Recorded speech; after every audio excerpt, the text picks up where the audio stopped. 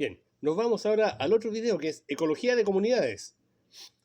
Nos saltamos ahora de poblaciones, que es un conjunto de individuos de una misma especie, a comunidades, que son un conjunto de poblaciones que interactúan en un tiempo y espacio determinados. O sea, ahora, de una población que es conjunto de individuos de una misma especie, nos vamos a conjunto de poblaciones que interactúan en un tiempo y espacio determinados. O sea, van a haber muchas especies.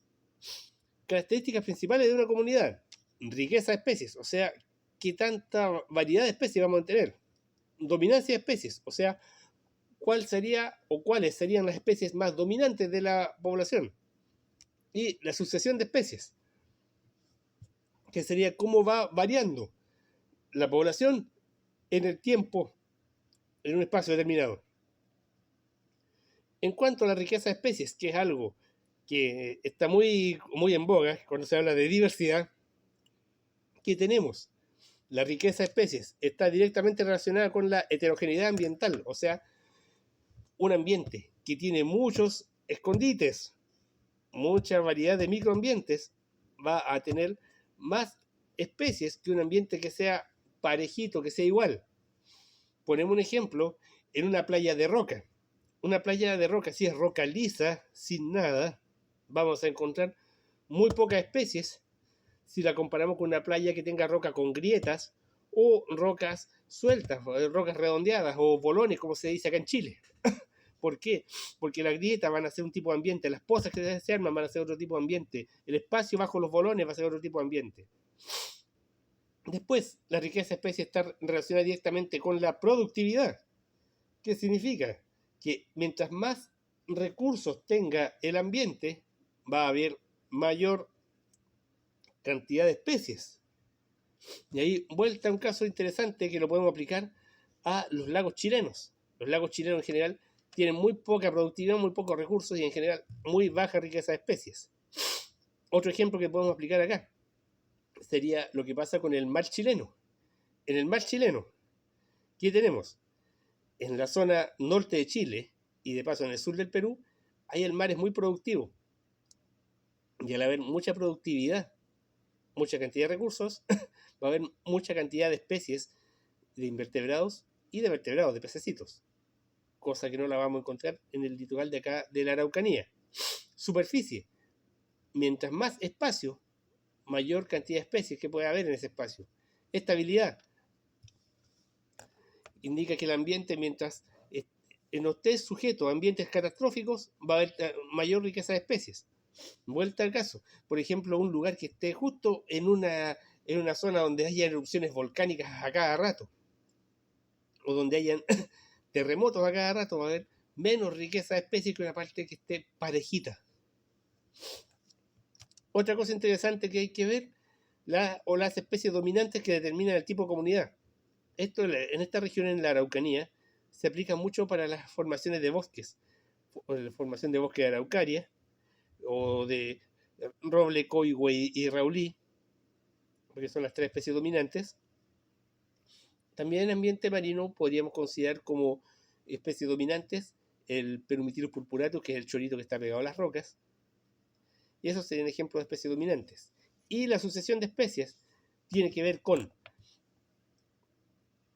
cómo un grupo de comunidades va a llegar a colonizar un ambiente determinado.